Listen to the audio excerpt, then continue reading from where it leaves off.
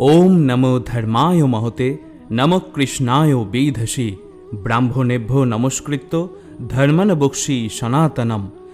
কুরুক্ষেত্রের রণাঙ্গনে মহাভারত যুদ্ধে ঠিক প্রাক মুহূর্তে অর্জুনের মন বিষাদগ্রস্ত হয়ে পড়ল আর তিনি যুদ্ধ করার সংকল্প পরিত্যাগ করলেন। এই সময় ভগবান শ্রীকৃষ্ণ ভগবদ গীতার অমৃত জ্ঞান অর্জুনকে প্রদান করলেন। শ্রীমদ্ ভগবদ গীতা এমন এক অতি আশ্চর্য পুস্তক যা সমগ্র মনুষ্য জাতির সর্বশ্রেষ্ঠ মিত্র এবং পথপ্রদর্শক। ঠিক যেমন শ্রীকৃষ্ণ এবং অর্জুনের সম্পর্ক ছিল। ব্যবহারিক ও বাস্তব জীবনের প্রেক্ষাপটে যদি বলি, তাহলে এই গীতার জ্ঞান এতই মহত্বপূর্ণ, সুবিশাল এবং সরল যে এই জ্ঞান লাভ করলে অন্য কোনো বৈদিক জ্ঞানের প্রয়োজন পড়ে না। যদি আপনি এটা অনুভব করে ফেলতে পারেন যে বাস্তবে আমি হলাম শুধুমাত্র একটি আত্মা আর শরীর হলো একটি আবরণ মাত্র, তাহলে আপনি নিজেকে ভগবদ্গীতার প্রত্যেকটি কথাকে বিশ্বাস করা থেকে আটকাতে পারবেন না। আমরা প্রত্যেকেই হলাম এক একটি আত্মার স্বরূপ, যা পরমাত্মারই অংশ। এই সংসার হলো একটি কারাগৃহ, যেখানে আমরা নিজেদের অপরাধের শাস্তি ভোগ করার জন্যই জন্মগ্রহণ করে থাকি। আমরা যে মনুষ্য জীবন লাভ করেছি, এটা আমাদের জন্য একটা সুযোগ বা পরীক্ষা, যাতে আমরা আমাদের অপরাধের প্রায়শ্চিত্ত করতে পারি। আর ভগবদ গীতা হলো সেই পুস্তক যাকে আধার করে আমরা জীবনরূপী পরীক্ষায় উত্তীর্ণ হতে পারি। গীতায় ভগবান শ্রীকৃষ্ণ যে পথ আমাদের দেখিয়েছেন, তাকে অনুসরণ করলে আমরা এই জীবন মৃত্যুর চক্র থেকে মুক্তি পেতে পারি। কিন্তু কলিযুগের প্রত্যেকটি অধ্যায়ে মানুষ আরও নিম্নতর স্তরে নেমে যাচ্ছে। কলিযুগের আধুনিকীকরণের প্রভাবে সনাতন ধর্মের মাহাত্ম্য, ঈশ্বরের অস্তিত্বের ওপর বিশ্বাস এবং ধর্মীয় সংস্কৃতি ক্রমশ নষ্ট হয়ে যাচ্ছে। ভগবত ভক্তির এইসব জ্ঞান মানুষের থেকে ক্রমশ দূরে সরে যাচ্ছে। কলিযুগ, যেখানে পাপ নিজের আধিপত্য বিস্তার করছে, নিজের স্বার্থ পূরণের জন্য লোক যে কোনো সীমায় নেমে যাচ্ছে। ভাই নিজের ভাইকে হত্যা করতেও সংকোচ করছে না। মাতা পিতার জন্য সম্মানও কোথায় যেন হারিয়ে গেছে। ধন উপার্জনের জন্য মনুষ্য তার বাস্তবিক অস্তিত্বকেই ভুলে গেছে। সে মনে করে ধন উপার্জন করে ধনী হওয়া আর ক্ষমতা লাভ করাই মনুষ্য জীবনের মূল উদ্দেশ্য। আর এই ঘোর পাপের যুগে ভগবদ্গীতা আমাদের সঠিক পথে চলতে শেখায়। কলিযুগে এরকম পরিস্থিতি হবে জেনেই ভগবান শ্রীকৃষ্ণ 5000 বছর পূর্বে মানুষের হিতার্থে ভগবদ্গীতার এই জ্ঞান প্রদান করেছিলেন। যে ব্যক্তি কলিযুগেও ভগবানের দেওয়া উপদেশ পালন করে, সেই ব্যক্তি ভগবত ধামে যাওয়ার পথে অগ্রসর হতে থাকে। 18টি অধ্যায় এবং 700 শ্লোকের মাধ্যমে ভগবান শ্রীকৃষ্ণ জীবনের এমন সব রহস্য বলেছেন, যা জানার পর মনুষ্য এতই প্রসন্ন ও সন্তুষ্ট হয় যে সেই আনন্দ সংসারের আর কোনো কিছুতেই পাওয়া যায় না। ভগবানকে কিভাবে পাওয়া যাবে সেই কথাও ভগবদ্গীতায় বলা হয়েছে। যে মহাজ্ঞান আমাদের থেকে ক্রমশ দূরে চলে যাচ্ছে, তাকে পুনরায় আপনাদের সামনে তুলে ধরার জন্যই ভগবদ্গীতার সার কথা আমি বলতে চলেছি। ভগবদ্গীতার সমস্ত মহত্বপূর্ণ তথ্য এই ভিডিওতে আপনাদের সামনে উপস্থাপন করা হবে।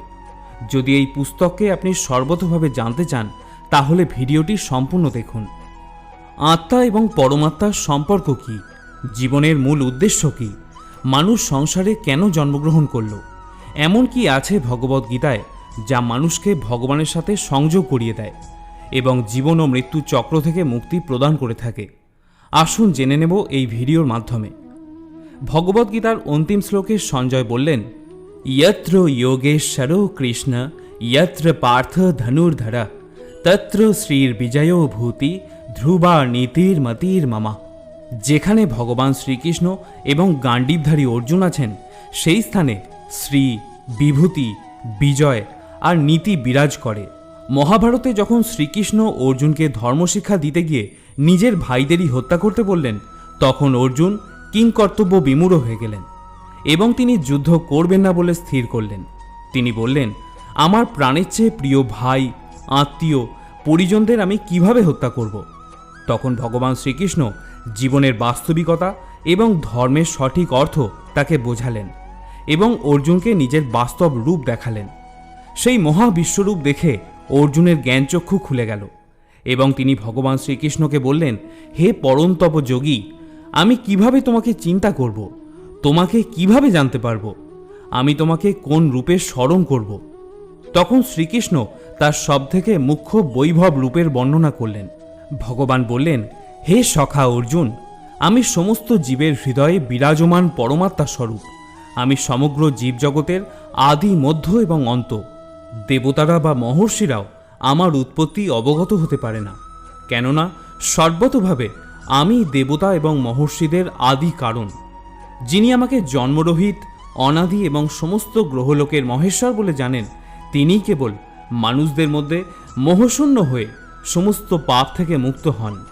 বুদ্ধি, জ্ঞান, সংশয় ও মোহ থেকে মুক্তি, ক্ষমা, সত্যবাদিতা, ইন্দ্রিয় সংযম, সুখ দুঃখ, জন্ম মৃত্যু, ভয় অভয়, এই সমস্ত নানা প্রকার ভাব আমার থেকেই উৎপন্ন হয়।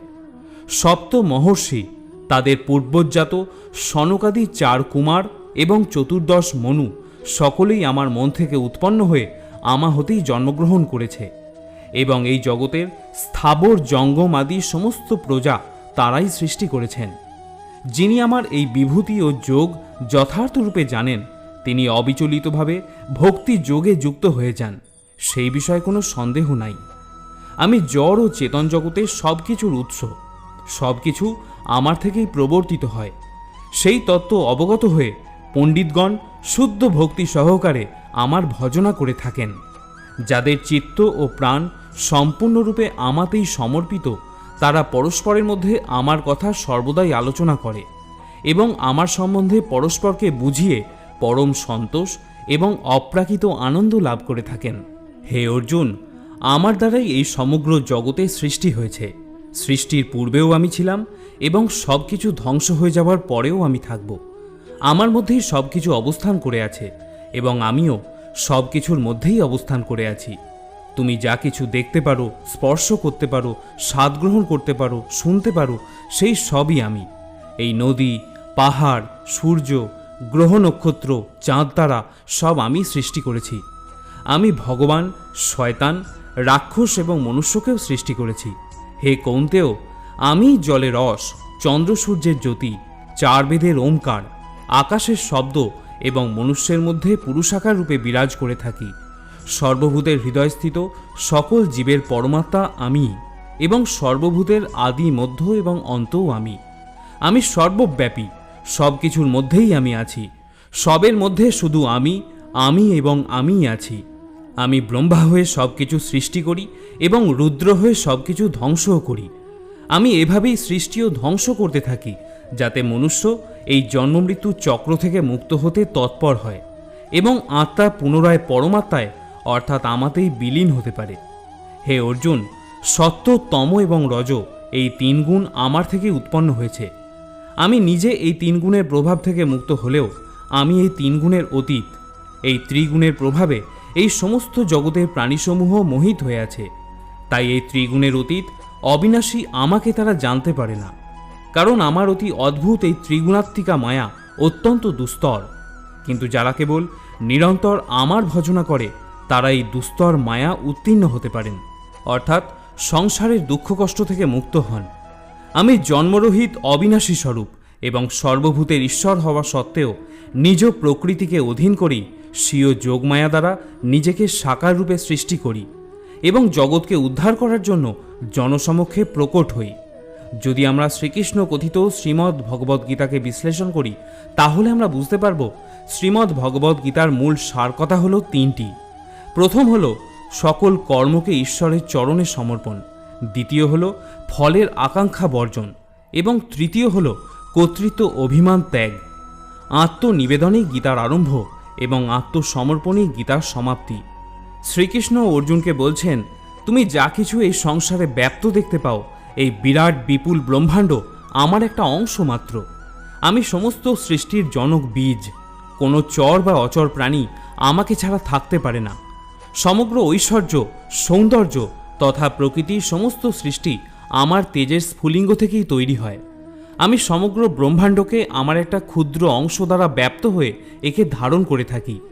স্বর্গ, মর্ত্য এবং পাতালের এমন কোনো স্থান নেই যেখানে আমি বিরাজ করি না। একটা ক্ষুদ্র গাছের পাতাও আমার ইচ্ছার ব্যতীত নড়তে পারে না। সব কিছু আমার থেকেই সৃষ্টি হয় এবং সবশেষে আমাতেই বিলীন হয়ে যায়। এই অতি আশ্চর্য কথা শুনে আবেগপ্রবণ হয়ে অর্জুন ভগবান শ্রীকৃষ্ণকে বললেন, প্রভু, আমি দেখতে চাই তুমি কিভাবে এই দৃশ্য জগতে প্রবিষ্ট হয়ে আছো। আমি তোমার বিশ্বরূপ দর্শন করতে চাই। দয়া করে আমাকে সেই মহারূপ দেখাও। তখন ভগবান অর্জুনকে দিব্য দৃষ্টি প্রদান করলেন।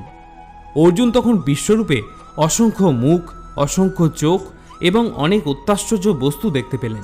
তিনি দেখলেন সেই রূপ দৈবিক অলঙ্কারে পরিপূর্ণ।